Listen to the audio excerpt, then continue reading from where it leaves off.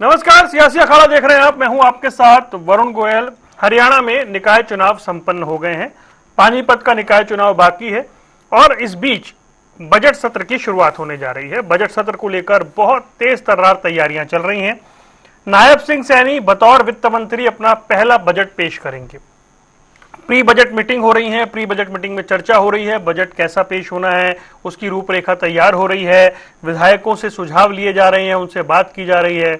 माना जा रहा है कि 1,95,000 करोड़ रुपए तक का यह बजट हो सकता है। संभावित है कि 7 मार्च से बजट सत्र शुरू हो जाए। तो सरकार की यह तैयारी है, विपक्ष की क्या तैयारी है। अब हरियाणा में जब बजट सत्र आ रहा है तो अचानक से कांग्रेस का हाईकमांड जागृत हो गया है। शायद ऐसा हो जाए कि 4 महीने बाद नतीजे आए हुए, हरियाणा के नतीजे आए हुए 4 महीने हो गए हैं, 4 महीने बाद शायद हरियाणा को नेता प्रतिपक्ष मिल जाए।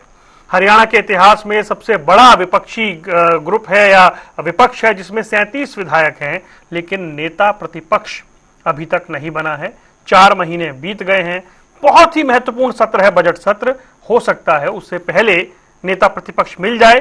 5 तारीख को दिल्ली में एक बड़ी बैठक कांग्रेस हाईकमांड की ओर से बुलाई गई है। उससे पहले क्या कुछ कहा जा रहा है, 2 बाइट आपको सुनवाते हैं। एक तो ये कि प्री बजट यानी बजट आने वाले बजट सत्र को लेकर सरकार की तैयारी क्या है और नेता प्रतिपक्ष को लेकर के कांग्रेस के नेता क्या कह रहे हैं, आपको सुनवाते हैं। छात्रों से, टीचरों से, किसानों से, दुकानदारों से, इंडस्ट्री के लोगों से, चार्टर्ड अकाउंट्स से, है ना, इन सब लोगों से, वकीलों से, सब लोगों के साथ उन्होंने चर्चा करके इस बजट में को और शानदार बनाने के लिए हरियाणा के लोगों के विचार के अनुसार बजट प्रस्तुत हो। तो लास्ट में अभी सब विधायक और मंत्रियों से भी इस पे चर्चा करके इस बजट को फिर अपना ओरिजिनल स्वरूप देके जनता को जो भी आगे का प्रावधान होता है उसके अकॉर्डिंग चुने जाऊंगे। यार अपन क्यों चक्कर में पड़ा, विधायकों ने अपनी अनुशंसा दे दी है। कौन बेहतर है आपकी नजर में, कौन होना चाहिए? देखो, हमारे तो नेता चौधरी भूपेंद्र सिंह हुड्डा है और बेहतर ना बेहतर कहने से मेरे से कुछ नहीं बनता। जो विधायकों ने अपनी अनुशंसा कर दी है वही तो हाईकमांड चुनेगी, तो हाईकमांड फैसला करेगी।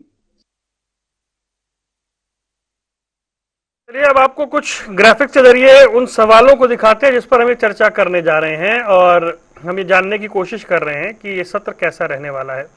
तो बजट सत्र की तैयारी हरियाणा में शुरू हो चुकी है और इन तैयारियों के बीच में सरकार ने बुलाई प्री बजट बैठक और इस बैठक में बजट की रूपरेखा पर चर्चा की गई। संभावित शेड्यूल ये बताता है कि 7 मार्च से बजट सत्र शुरू होने जा रहा है। बतौर वित्त मंत्री सीएम नायब सैनी पेश करेंगे अपना पहला बजट। इसके अलावा हरियाणा का ये जो आने वाला वित्त वर्ष है इसका बजट 1,95,000 करोड़ रुपए तक जा सकता है, संभावना है। उधर कांग्रेस हाईकमान दिल्ली में जागृत हो गया है, वो जाग गया है। कांग्रेस आला कमान हरियाणा कांग्रेस की एक बैठक लेगा क्योंकि अब तक फैसला नहीं हो पाया है। हरियाणा के नेताओं के साथ कांग्रेस आला कमान के नेताओं की बैठक होने जा रही है।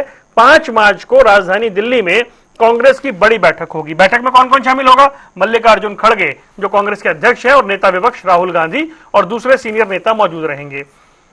कांग्रेस की हरियाणा में रणनीति, नेता विपक्ष और दूसरे मसलों पर चर्चा संभव है। सवाल, क्या बजट सत्र में मिलेगा हरियाणा को नेता विपक्ष? ये बड़ा सवाल है। और क्या सरकार इस बजट में अपने बड़े वादों को पूरा करने के लिए पिटारा खोल सकती है? चलिए चर्चा शुरू करते हैं। कई खास मेहमान हमारे साथ जुड़ गए हैं, उनके साथ चर्चा की शुरुआत करते हैं।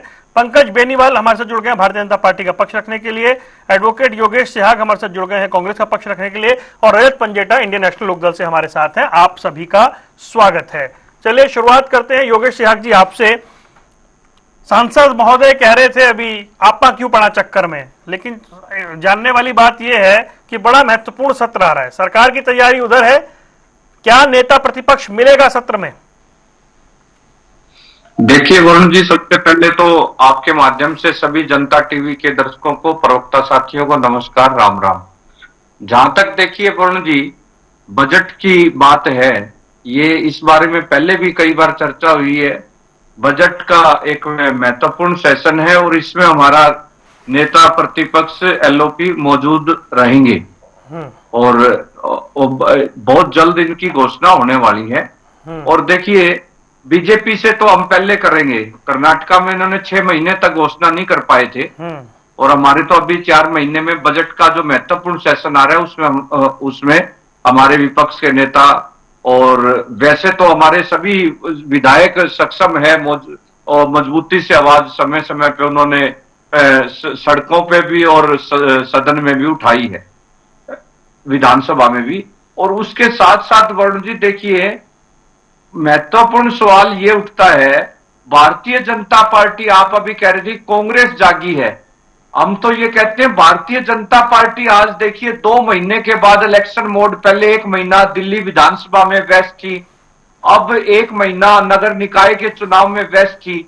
और नगर निकाय चुनाव में वरुण जी तो बड़ी मुझे ये कहते हुए बीजेपी नगर निगम में और दिल्ली विधानसभा में व्यस्त थी, तो क्या उन्होंने हरियाणा में मुख्यमंत्री नहीं चुना, कैबिनेट मंत्री नहीं चुने, विधानसभा अध्यक्ष नहीं चुना?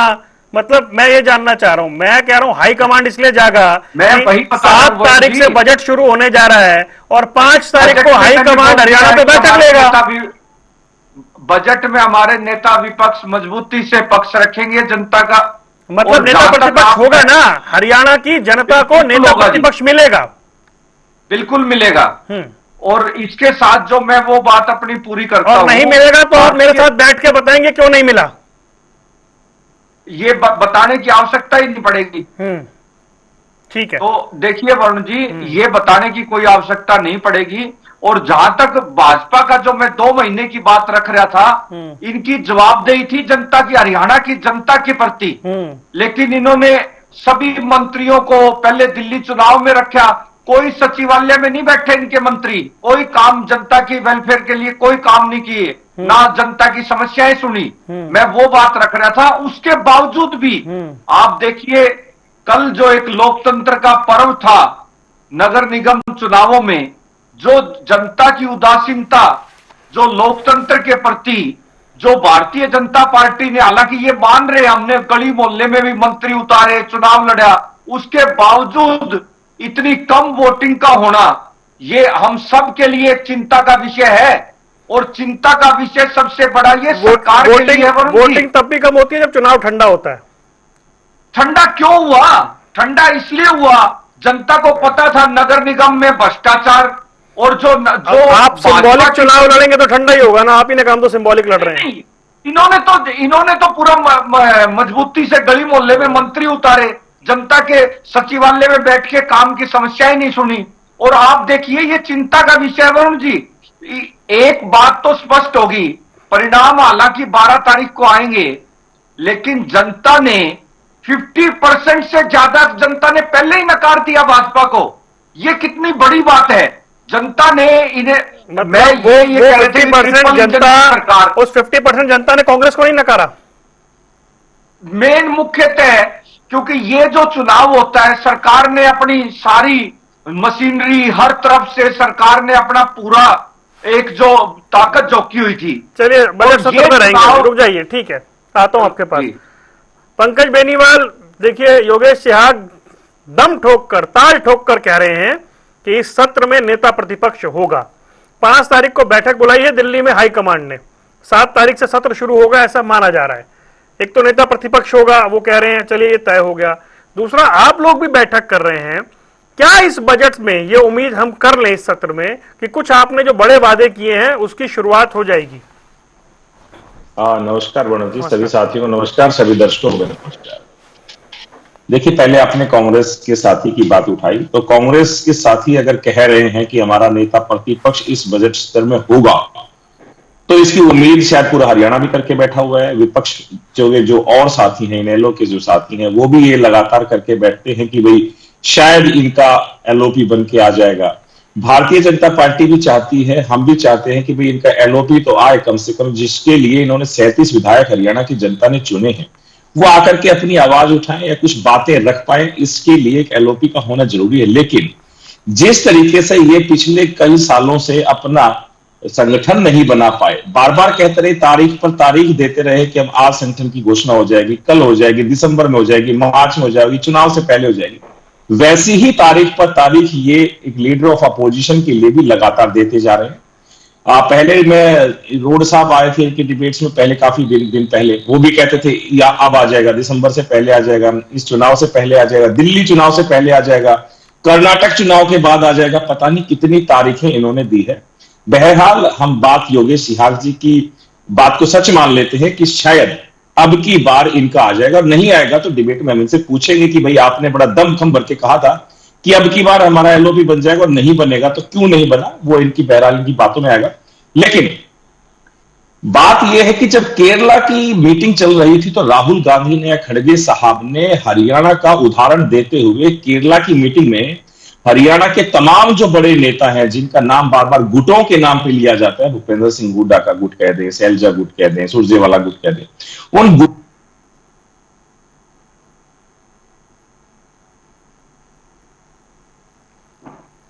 तो किस तरीके से संजीदगी या हरियाणा को ये किस तरीके से सीरियसली में लेते हैं, वो इनकी बैठकों से भी नजर में आता है। बहरहाल अब जो बजट सत्र की आप बात कर रहे हैं, वो लगभग 2 लाख करोड़ का बजट सत्र होने वाला है। और बतौर वित्त मंत्री माननीय मुख्यमंत्री शिवनारायण सिंह सैनी जी का पहला बजट होगा। और जो आपने कहा कि जो बड़े हमारे फैसले थे, जो हमारा संकल्प पत्र था, उसमें से जो बड़े संकल्प है वो पूरे होंगे कि नहीं होंगे, वो बिल्कुल इस बजट सत्र से आपको पूरे होते हुए नजर आएंगे। और आप कहेंगे कि वाह, सारे के सारे साथी ये कह पाएंगे कि भाई जो इन्होंने कहा वो कर दिया, ये हमने पहले भी करके दिखाया और आगे भी करेंगे। हरियाणा की जनता इसीलिए हम पर भरोसा करती है। बीएसी की बैठक भी होनी, बिजनेस एडवाइजरी कमेटी की बैठक भी होनी है 6 मार्च को। वहां भी तमाम फैसले लिए जाएंगे, तमाम बातें रखी जाएंगी, और उस कमेटी का गठन भी कर दिया गया है, जिसमें बुक्कल जी और अर्जुन चौटाला जी, ये सारे उसमें उस बैठक में भारतीय जनता पार्टी के साथ साथ और सारे साथी भी बैठेंगे और उन पर विस्तार पूर्वक चर्चा होगी। तो पूरा जो सत्र है वो पूरा बेहतरीन निकलने वाला है। और जो नायब सिंह सैनी जी मुख्यमंत्री हरियाणा ने कहा कि इस बजट सत्र के बाद जो 2100 रुपए महिलाओं को, हमारी बहनों को मिलने चाहिए, जिसके लिए हमने संकल्प लिया था, वो इस बजट सत्र के बाद हो जाएगा। तो ये देखिए कितनी महत्वपूर्ण बातें माननीय मुख्यमंत्री जी के मुख से निकली कि जो हमारी बहनों के लिए, जो बार बार विपक्ष के साथी कहते थे कब होगा कब होगा, तो उन्होंने सबको विराम लगा दिया कि पहले बजट सत्र के बाद ये सारी सुविधाएं जो हमारी माताओं बहनों को मिलनी चाहिए वो सबको मिलेगी। रजत पंजेटा के पास चलते। रजत, आपने जयप्रकाश जेपी जी का बयान सुना था जो हमने सुनाया था? वो एक तो कह रहे हैं आपा क्यों पड़ा चक्कर में, तो वो एक अलग बात है। उस चक्कर से बाहर आते हुए योगेश सिहाग साहब का कॉन्फिडेंस है कि इस बार नेता प्रतिपक्ष मिलने जा रहा है। दिल्ली में बड़ी बैठक है भाई, खड़गे साहब, राहुल गांधी और सीनियर लीडर हैं जो हरियाणा में तय करेंगे नेता प्रतिपक्ष। आपको लग रहा है कि इस दावे में दम है, नेता प्रतिपक्ष मिल जाएगा? देखिए, अगर कांग्रेस सिंगल लार्जेस्ट पार्टी और बजट जो सेशन होता है वो सबसे महत्वपूर्ण सेशन होता है पूरे साल का, इस बात की पॉसिबिलिटी है ही नहीं कि बिना एलओपी के ये बजट सेशन में कांग्रेस पार्टी आएगी। 101% आना ही पड़ेगा। मतलब आप ये इसको नहीं कर सकते। आप बजट सेशन थोड़ी है, नहीं बनी सहमति हो सकता है ना, कंपल्शन की बात ही नहीं है। बिना एलओपी के बजट सेशन, मतलब ये तो इतिहास में बहुत ज्यादा किरकिरी हो जाए कि कांग्रेस की ये इतना भी नहीं, मतलब अफोर्ड कर सकती कांग्रेस। नहीं, 7 से सत्र शुरू है, 5 को तो मीटिंग ही बुलाई है। नहीं, चाहे वो जैसे कांग्रेस में रात को 12 बजे भी बन जाता है ना, लिस्ट आती है, लेट आती है, उनकी आदत है लेट करने की चीजों की। वैसे तो बहुत विलंब बहुत ज्यादा हो चुका है, लेकिन मुझे लगता है कि मतलब आना चाहिए, उम्मीद भी है और मैं आशा भी करता हूं पूरी हरियाणा की जनता भी है वैसे ही करती है। एक मजबूत विपक्ष का लोकतंत्र में होना बहुत जरूरी है। अगर एलओपी नहीं आता तो मुझे नहीं लगता फिर हरियाणा में किस मुंह से फिर राजनीति करेंगे, क्या हरियाणा की जनता को कोई जवाब देने के लिए नहीं बनेगा। मतलब इनके सर्वाइवल के लिए बहुत जरूरी है, इनकी मजबूरी है देना। आएंगे, मुझे लगता है नेता विपक्ष विधानसभा के। मैं उसमें एक चीज ऐड करता हूँ, जयप्रकाश जी के सांसद है, सीनियर लीडर हैं, वो कह रहे हैं कि जो विधायकों की अनुशंसा है आलाकमान वही तो करेगा भाई, अनुशंसा भी क्लियर है फिर तो बहुत पहले हो जाता है। ये कोई इस आपके इस बयान में उनके कोई दम है आपको लगता है? ये ऐसा अगर कुछ होना तो ये तो बहुत पहले हो जाता है, इतना विलंब की क्या आवश्यकता है? मुझे नहीं लगता ऐसा कुछ होगा। हाईकमान ने जो अपना मन बनाया होगा, जो उन्होंने फैसला लिया होगा, वो ही एलओपी बन के आएगा। इसमें विधायकों से सिर्फ राय ली जाती है, अंतिम फैसला कांग्रेस पार्टी के अंदर। और जैसे बीजेपी में भी आखिरी समय पे पर्ची खुल जाती है या सब कुछ होता है, ये तो वही तो कहते हैं दिल्ली से फैसले लिए जाते हैं इनके, तभी तो एक क्षेत्रीय दल की मांग उठती है कि आपके गांव की सरकार हो, आपके गांव से फैसले लिए जाए। और दिल्ली से भी फैसले लिए जा रहे हैं, ये बड़ी चिंता का विषय है। और बहुत ज्यादा किरकिरी हो चुकी है संगठन के ऊपर, एलओपी के ऊपर कांग्रेस की।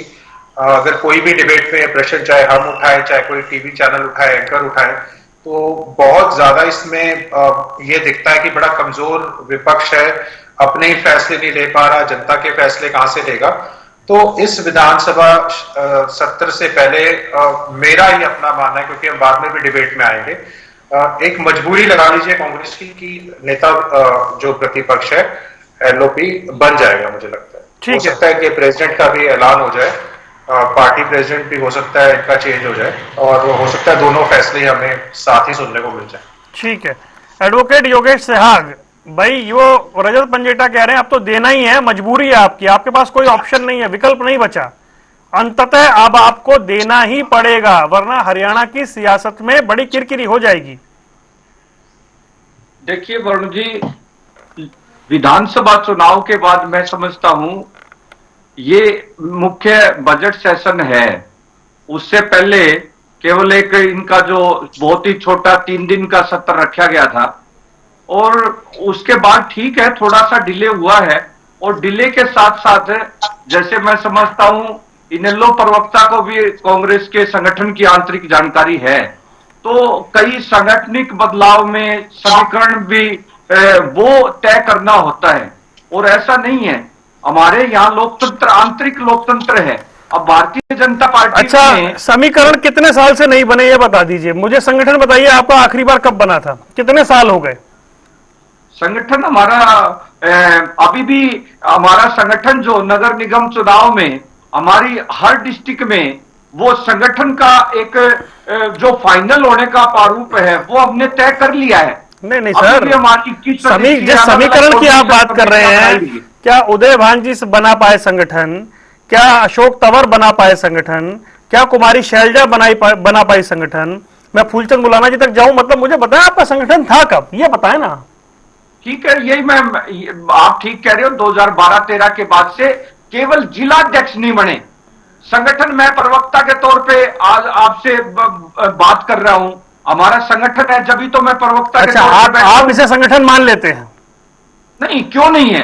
तो फिर चौधरी वीरेंद्र सिंह बार बार क्यों कह रहे हैं संगठन होता तो बेहतर होता? सिर्फ जिला अध्यक्ष नहीं है, क्या होता है सर? संगठन नहीं है आपका, स्ट्रक्चर नहीं है, मानिए। प्रदेश कमेटी के डेलीगेट चुने हुए हैं, एआईसीसी के डेलीगेट चुने हुए हैं। और एक बात और मैं क्लियर कर देता हूं, हमारी पार्टी में इस तरह थोपे नहीं जाते पद, जिस तरह भारतीय जनता पार्टी में जिनके साथ विधायक के साथ 13 साल तक लगता है आप पद नहीं थोपेंगे, लेकिन 13 साल तक बनाएंगे भी नहीं। बिल्कुल, अभी चंद दिनों में बनेगा। दीपक बाबरिया बोल कर गए हरक्यूलिन टास्क है हरियाणा में संगठन बनाना। मतलब आप सोचिए, मुंह पर बोल गए हरक्यूलिन टास्क है हरियाणा में संगठन बनाना, और आप कह रहे हैं कि हम थोपते नहीं। 13 साल हो गए भाई साहब, बहुत होता है, बहुत समय हो जाता है। अभी आज हमारी डिस्कस एलओपी की हो रही है, आज का जो मुद्दा है। अच्छा, वो मैं तो इसके बाद ना करूं। चैनल पे बड़े ऑथेंटिक उससे कह रहा हूं कि हमारा बजट सेशन में लीडर ऑफ अपोजिशन के तौर पे हमारा जो उसमें मौजूद रहेंगे नेता, ठीक है, नेता प्रतिपक्ष, और संगठन भी बहुत जल्द होगा आपके बीच में जी। और देखिए, अब तो जब होगा मैं तभी बात करूंगा, क्योंकि इतने साल से डिबेट करते हुए मैं हर प्रवक्ता से सुनता हूं कि संगठन बहुत जल्द बनेगा। सर, उस जल्द की कोई सीमा होती है? वनवास भी राम जी का 14 साल में खत्म हो गया था, 13 साल में संगठन नहीं दे पाए। मैं आगे बढ़ता हूं। पंकज बेनीवाल, अब आपको नेता विपक्ष मिलने वाला है भाई, अब आपको सदन में सामना करना पड़ेगा। हरियाणा के इतिहास का सबसे बड़ा विपक्ष है, 37 विधायक वाला, और उसके साथ नेता प्रतिपक्ष भी होगा। अब आप हल्के में नहीं ले सकते अपोजिशन को। देखिए, हमें हल्के में लेने या ना लेने की जरूरत नहीं है, हमें तो सिर्फ हरियाणा की जनता के कल्याण के काम करने हैं। तो हम तो हरियाणा की जनता के कल्याण के काम करते रहेंगे, जैसे हर एक हरियाणवी को अग्रिम पंक्ति में लेके चलना है, हरियाणा का विकसित बनाना है। हमारी तो राह वो है, ये लोग एलओपी बनाए ना बनाए, इनका हो ना हो उससे कोई फर्क नहीं पड़ेगा, क्योंकि माननीय मुख्यमंत्री नायब सिंह सैनी जी ने नॉन स्टॉप विकसित हरियाणा की थीम चलाई है, अब वो हरियाणा रुकेगा नहीं। तो हमें ये एलओपी कैसे बनाएंगे नहीं बनाएंगे, अभी बड़ी बड़ी बात तो इन्होंने की है, लेकिन कांग्रेस ने पिछले 5 साल में कितने प्रभारी बदले वो मैं इनको जानकारी दे देता हूं। शायद 12 सितंबर 2020 को विवेक बंसल बनाए गए, जनवरी 2023 में शक्ति सिंह बनाई गई, जून 2023 में ही शक्ति सिंह को हटाकर दीपक बावरिया जी को लगाया गया। विवेक बंसल से पहले गुलाम नबी आजाद भी थे, उससे पहले कमलनाथ जी भी प्रभारी थे, लेकिन गुटबाजी जो की तो, और आज के नए प्रभारी हैं इनके बीके हरिप्रसाद। तो इन्होंने अपने प्रभारी तो बदले हैं, लेकिन ये संगठन नहीं बना पाए। और आपने बिल्कुल ठीक कहा कि दीपक बावरिया जी ने जो टास्क बताया कि कितना डिफिकल्ट टास्क है हरियाणा के अंदर कांग्रेस का संगठन बनाना, तो ये कांग्रेस अपने आप में गुटबाजी के अंदर फंसी हुई है। और जो आपने बयान अभी सुनाया था दीपक जेपी जी का, जेपी जी ने कहा कि मैं चक्कर में क्यों पड़ू भाई, तो ये बिल्कुल ठीक करे कि मैं चक्कर में क्यों पड़ू, या इसका कोई मेरे से लेना देना ही नहीं है। ये चीजें इसलिए कही जा रही है क्योंकि इन विचारों की कोई सुनता नहीं है। कभी तो ये मीडिया का प्लेटफॉर्म यूज करते थे, शमशेर सिंह गोगी वो मीडिया का प्लेटफॉर्म यूज करते क्योंकि पार्टी में कोई सुन नहीं रहा। अब वीरेंद्र सिंह डूमरसा खां आए, कैप्टन अजय यादव आए, सबने मीडिया का प्लेटफॉर्म यूज किया अपनी बात को रखने के लिए, क्योंकि बात आंतरिक लोकतंत्र है ही नहीं, कांग्रेस में सुनना ही नहीं चाहते, इसलिए इनकी बातों को नहीं सुना आपके बारे में अभी योगेश भाई मैं बात बोलना आप बोलेंगे, जरूर बोलेंगे, मैं रोकूंगा नहीं। योगेश सिहाग जी ने कहा कि हमारा संगठन बना हुआ है, इतनी सारी बातें हैं। आपने ठीक प्रश्न पूछा कि भाई फिर वीरेंद्र सिंह डूमरजा खाग जी को वो क्यों नहीं दिखता आपका संगठन, वो क्यों बार बार में कहते हैं ये टीवी पे बैठ के हमें ना समझाएं, वरुण जी को ना समझाएं, बाकी प्रवक्ताओं को ना समझाएं, अपने ही पार्टी के जो आपके आला कमान के नेता हैं उनको जाकर के योगेश सिहाग जी आप चिट्ठी दिखाइएगा कि ये हमारा संगठन है, आज के बाद आप टीवी पे जाकर बोलेंगे नहीं, ये टीवी पे बोलने की बातें नहीं, हमारा संगठन बन चुका है। और वीरेंद्र सिंह जी आप गलत जानकारी मीडिया के माध्यम से आप फैलाएं ना, आप एक बार अपने पार्टी के नेताओं को तो समझाइए। अगर ये बना देते हैं एलओपी का, लेकिन जैसा कि आपने बताया कि मीटिंग 5 तारीख की है, 7 तारीख को वो होना है, और जबकि 4 महीने के आसपास का टाइम बीत चुका है, जब ये एक अपना एलओपी नहीं बना पाए हैं, तो मेरे को नहीं लगता कि उन 2 दिनों की मीटिंग के अंदर ये उस फैसले को ले पाएंगे, क्योंकि जितनी बड़ी गुटबाजी हावी है कांग्रेस के आंतरिक मामलों में, उनमें कांग्रेस की जो गुटबाजी है वो उसको 2 दिन में फैसला आ जाएगा, ऐसा मुझे लग नहीं रहा है। आ जाना चाहिए हरियाणा की भलाई के लिए, अगर कांग्रेस चाहना चाहती है, हरियाणा के मुद्दों को उठाना चाहती है। और जैसे कि आपने कहा कि भाई आसान राह नहीं होगी, आसान राह नहीं, हरियाणा की जनता के जो मूलभूत जो सुविधाएं हैं, जो अच्छे कार्य हैं, जो हमारा संकल्प पत्र रहा है, जो हमारे बड़े संकल्प रहे हैं, उनको पूरा करना, जिस पर हरियाणा की जनता ने हमें मैंडेट दिया है, वो हम काम पूरे करेंगे। उसमें भूपेंद्र सिंह हुड्डा को बनाया जाए, शैलजा को बनाया जाए, एलओपी कोई भी बने, हमें उससे बहुत ज्यादा फर्क नहीं पड़ने वाला, क्योंकि हम हरियाणा की जनता के काम करने वाले हैं। जी चलिए ठीक है। रेहल पंजेटा आप ये सुन रहे थे, देखिए इधर अब वो कह रहे हैं कि संगठन पे बात नहीं, भी एलओपी पे बात है, और उनके पास ऑथेंटिक जानकारी है कि एलओपी बनने वाला है, संगठन भी जल्द हो जाएगा। तो अब वो बिल्कुल देखिए ये आत्मविश्वास होता है कि बात होगी, आप भी कह रहे हैं कि बहुत जरूरी है, तो एलओपी तो आ रहा है, एलओपी आ रहा है, तो फिर क्या वो स्ट्रक्चर में, वो सूरत में, परिस्थिति में बदलाव आएगा? मुझे नहीं लगता कि संगठन वाला जो प्रश्न है वो वैसे का वैसे ज्यों का त्यों बना रहेगा। ये मधुमक्खी के छत्ते में कोई भी हाथ नहीं डालना चाहता। मैंने सिर्फ नेता प्रतिपक्ष के बारे में कहा है, वो इनकी मजबूरी है। पार्टी प्रेसिडेंट की चेंज होने की मुझे लगता है बहुत प्रबल संभावना है, क्योंकि विधायक भी नहीं है उदयकांत जी, और जो मैंने जो बात कही है, हो सकता है वो बात कुछ समय के बाद वैसी निकले कि नेता प्रतिपक्ष और प्रेसिडेंट जो है वो पार्टी दोनों जो है वो चेंज मुझे लगता है कांग्रेस करने जा रही है। और फिर मैं कुछ ज्यादा बोलूंगा तो आप कहेंगे कि कांग्रेस के प्रवक्ता से ज्यादा आपको कैसे जानकारी है। नेता प्रतिपक्ष भी बदलेगा, इसको लेकर मतलब आपका भरोसा क्यों है भाई? आपने सुना जेपी क्या कह रहे थे और दूसरे विधायक क्या कह चुके हैं। नेता प्रतिपक्ष बनेगा तो ठीक है, लेकिन वो बदलेगा, इसकी संभावना आपको क्यों दिखती है? देखिए मैं प्रबल ज्यादा संभावना प्रेसिडेंट बदलने की है, मैं उस पर आपको ज्यादा वो कहूंगा। नेता प्रतिपक्ष में कांग्रेस में मुझे संभावना लगती है शायद मैं इसको श्योर नहीं हूं शायद, लेकिन मैं कांग्रेस के प्रवक्ता की एक बात मानूंगा, ये जो बोल रहे थे कि इनमें इतना भी कॉन्फिडेंस नहीं है कि ये 100% होगा। जो आपका मेन प्रश्न था, उन्होंने कहा, इस बात के जवाब में भी उन्होंने कहा कि हमारा हर विधायक सक्षम है अपनी बात रखने में। तो देखिए, वो तो 90 के 90 सभी सक्षम है अपनी बात रखने में, पार्टी की बात रखने में भी, अपना पक्ष रखने में भी सभी सक्षम है। वो कॉन्फिडेंस की कमी होती है कि अभी भी इनको श्योर नहीं है कि आएगा इस विधानसभा सत्र में क्या नहीं, तो ये ऐसी बात नहीं बोलते, वरना ये कहते नहीं और अन्य विधायकों की जरूरत नहीं, हमारा जो है वो नेता प्रतिपक्ष आएगा। जो पार्टी प्रेसिडेंट है वो विधायक ना होना, उनकी परफॉर्मेंस ना होना, पार्टी का हारना, उस हार की जिम्मेवारी लेना, ये बहुत, क्योंकि अगर कोई जीत का सहरा अपने सर बंधवाता है, फ्री हैंड लेता है टिकटे बांधने में, तो हार का भी जिम्मेवारी, अकाउंटेबिलिटी तय होनी बहुत जरूरी होती है। ये सब कुछ सेम कंटिन्यू नहीं हो सकता, इसीलिए बहुत प्रबल संभावना है कि पार्टी प्रेसिडेंट तो 100% बदलेगा, नेता प्रतिपक्ष भी बदले जा सकते हैं, इसकी भी संभावना। ठीक है। योगेश सिहाग, आप क्या मानते हैं इस पूरे मामले में? हाईकमांड जो भी फैसला लेगा वो मंजूर होगा सबको? देखिए, बिल्कुल मंजूर होगा, और मैं समझता हूं बजट सेशन में हमारे विपक्ष के नेता बिल्कुल होंगे, और ये ना ही तो मुझे मेरे अधिकार क्षेत्र में है कि कौन होंगे, परंतु जो हाईकमान का निर्णय होगा वो सभी को मंजूर होगा। और जहां तक मेरे साथी प्रवक्ता बेनीवाल जी कांग्रेस की आंतरिक कलह के बारे में काफी चर्चा कर रहे थे, मैं इनसे पूछना चाहता हूं, ये पब्लिक डोमेन में है, वो वायरल भी हुआ था, जो विज साहब को नोटिस दिया गया, उस नोटिस के बाद अब क्या चल रहा है? क्योंकि जनता जानना चाहती है कि विज साहब को अनुशासनहीनता का नोटिस दिया, और ये कहते हैं कि हमारे यहां गुटबाजी नहीं है, इनके हर रोज 40 से 50 नेताओं को निष्कासित किया जा रहा है पार्टी से। गुड़गांव में अरे योगेश सिहाग जी, ये डिसिप्लिन की बात है भाई, डिसिप्लिन की बात है। आप बता रहे हैं, आप जवाब मांगते हैं, जनता जवाब चाहती है आपसे। नंबर 2 के मंत्री है भाई वो, अभी देते जवाब, अभी जवाब दे देता हूं। जनता की सबसे बड़े कहते हैं, बीच में इंटरप्ट करके जवाब दूं या बाद में दूं? मैं अपनी बात पूरी कर लूं, आपसे जवाब देंगे आप, और मैं समझता हूं आप अपनी पार्टी का जवाब देने में सक्षम होने भी चाहिए।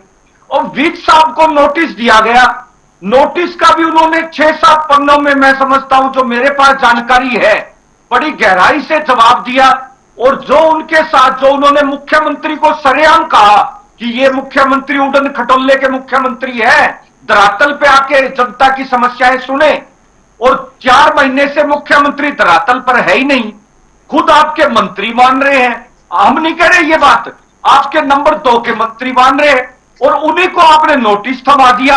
आज उसी बात को बार बार क्यों घुमा रहे हो? और मैं नया पॉइंट लेकर आऊं ताकि मैं भी जवाब दूं। उससे नुकसान हो रहा है जनता को, गुटबाजी से जवाब आपकी गुटबाजी से नुकसान। अरे योगेश सिहाग जी, योगेश सिहाग, ये भारतीय जनता पार्टी है, अगर किसी को नोटिस दिया गया है तो भैया डिसिप्लिन की बात है।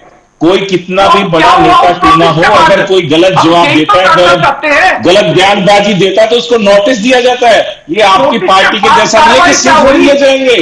भूपेंद्र सिंह हुड्डा ने अशोक तंवर का सिर फोड़ दिया था, याद है आपको? जब अशोक तंवर का सिर फोड़ा गया था, जब पगड़ी गैंग के नाम से चलते थे, कोई गुलाबी पगड़ी पहनता था, कोई सफेद पगड़ी पहनता था, कोई लाल पगड़ी पहनता था, पगड़ी गैंग कांग्रेस में चलता था। और जब सिर फाड़े जाते थे तब आप थे कांग्रेस में कि नहीं थे? ध्यान रखें इन बातों का।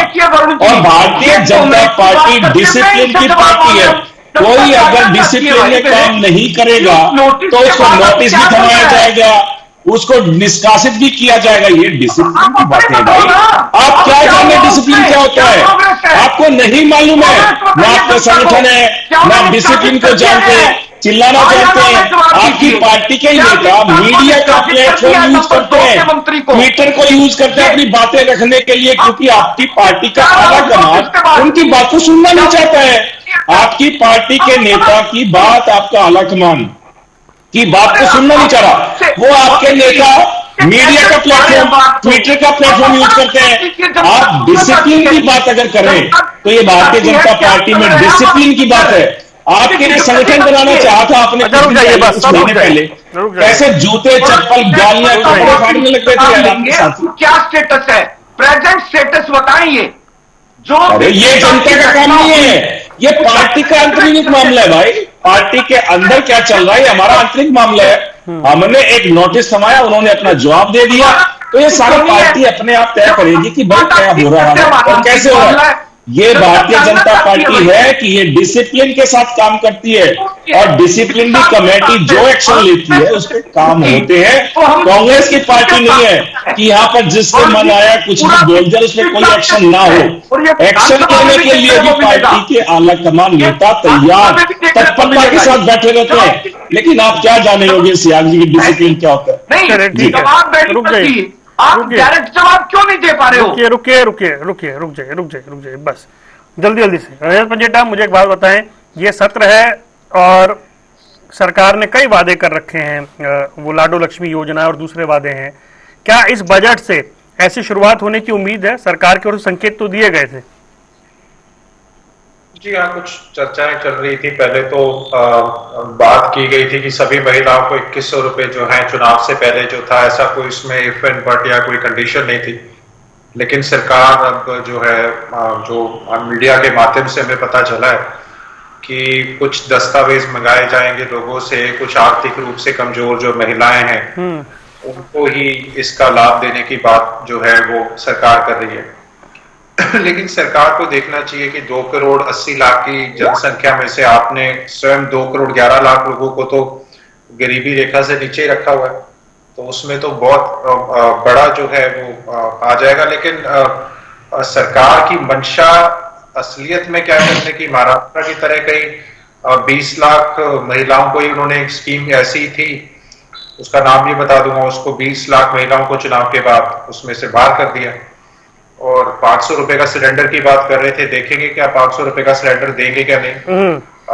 और किसानों के ऊपर कर्ज बहुत ज्यादा है, उसके ऊपर देखते हैं कि सरकार कोई कर्ज माफ के लिए कोई कड़ा कदम उठाती है कि नहीं। तो ऐसी बहुत सी अपेक्षाएं तो बहुत ज्यादा है।